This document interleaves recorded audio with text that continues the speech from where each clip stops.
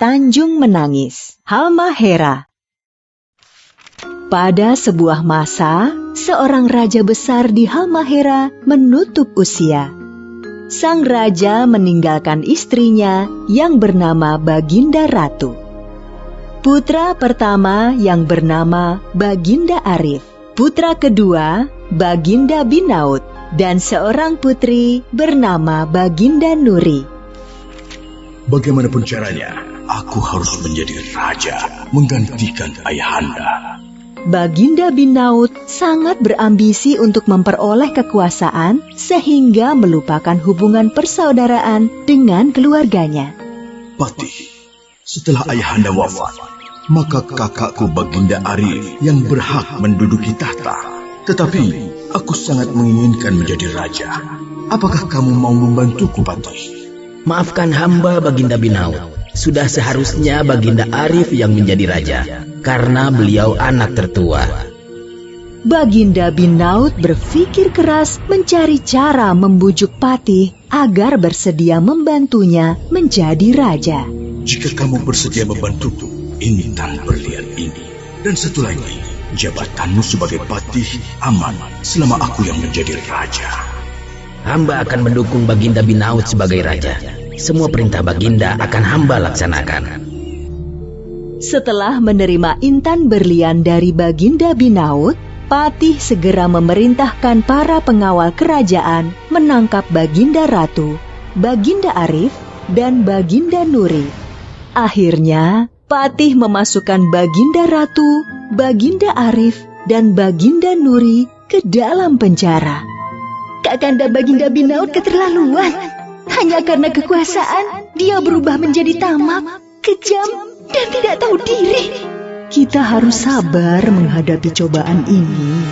Yang benar akan mendapatkan keadilan, dan yang salah pasti kelak akan mendapatkan hukuman. Setelah menjebloskan ibu dan saudaranya ke dalam penjara, Baginda Binaut pun akhirnya berhasil menjadi raja. Setelah menjadi raja, Baginda Binaut memerintah dengan kejam dan angkuh. Baginda Binaut juga memerintahkan rakyatnya untuk membangun istana yang megah. Para prajurit diperintahkan mengawasi dengan ketat rakyat yang bekerja. Untuk membiayai kehidupannya yang mewah, Baginda Binaut tak segan untuk menarik pajak dalam jumlah besar dari rakyat. Hasil panen pun diangkut ke istana dan hanya menyisakan sedikit untuk rakyat. Tidak hanya hasil bumi, rakyat juga diwajibkan menyerahkan sebagian ternaknya sebagai pajak. Baginda Binaut masih merasa kurang dari pajak hasil bumi dan ternak. Dia kemudian memerintahkan menarik pajak dari kepemilikan tanah. Raja Binaut benar-benar penindas rakyat. Dia tidak mau tahu dengan kesulitan rakyat. Harta kita diangkut ke istana demi membiayai kehidupannya yang mewah. Tapi apa yang bisa kita lakukan? Kalau kita melawan perintah raja, pasti masuk penjara. Tidak semua orang di istana setuju dengan tindakan Baginda Binaut. Salah satunya adalah Bijak, seorang punggawa istana. Keadaan ini tidak boleh dibiarkan terus-menerus. Rakyat telah menjadi korban ketamakan raja. Aku harus berbuat sesuatu. Akhirnya, Bijak memutuskan keluar dari istana untuk melakukan pemberontakan. Bijak dan prajurit pendukungnya menyerang penjara tempat keluarga kerajaan ditahan. Meskipun dijaga dengan sangat ketat oleh banyak prajurit, Bijak dan pasukannya berhasil membebaskan keluarga kerajaan. Setelah berhasil membebaskan keluarga istana dari penjara, Bijak kemudian membawa keluarga istana ke sebuah tempat yang aman di hutan. Kami ucapkan terima kasih yang sebesar-besarnya, Bijak. Syukurlah, masih ada orang di istana yang masih peduli dengan keadaan kerajaan kita. Yang mulia Baginda Ratu, sekarang kita memiliki pasukan yang cukup kuat untuk menyerang istana. Mohon izinkanlah hamba memimpin pasukan menyerbu istana sekarang juga. Jangan lakukan itu, Bijak.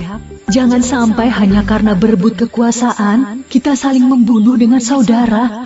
Semua ketamakan, iri, dan dengki akan kalah dengan doa yang kita panjatkan kepada Tuhan. Baginda Binaut sudah keterlaluan. Kesalahan terbesarku adalah mendukung dan membantunya menjadi raja dengan cara tidak benar. Semua ini harus segera dihentikan. Semua perintah raja tidak boleh dilawan. Siapapun yang berani melawan raja, maka akan dijebloskan ke dalam penjara. Pada suatu pagi, sebuah gunung mengeluarkan asap putih yang tebal. Terlihat burung-burung beterbangan karena ketakutan.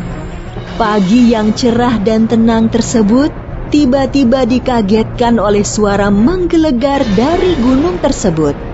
Lahar panas berwarna merah menyala keluar dari puncak gunung dan menuju ke arah istana.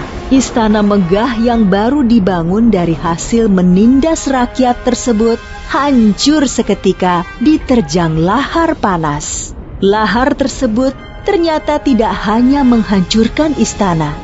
Lahar tersebut seperti mengejar seseorang. Tolong! Tolong! Baginda Binaut lari sekencang-kencangnya, tetapi lahar tersebut sepertinya semakin mendekat. Apa yang akan terjadi?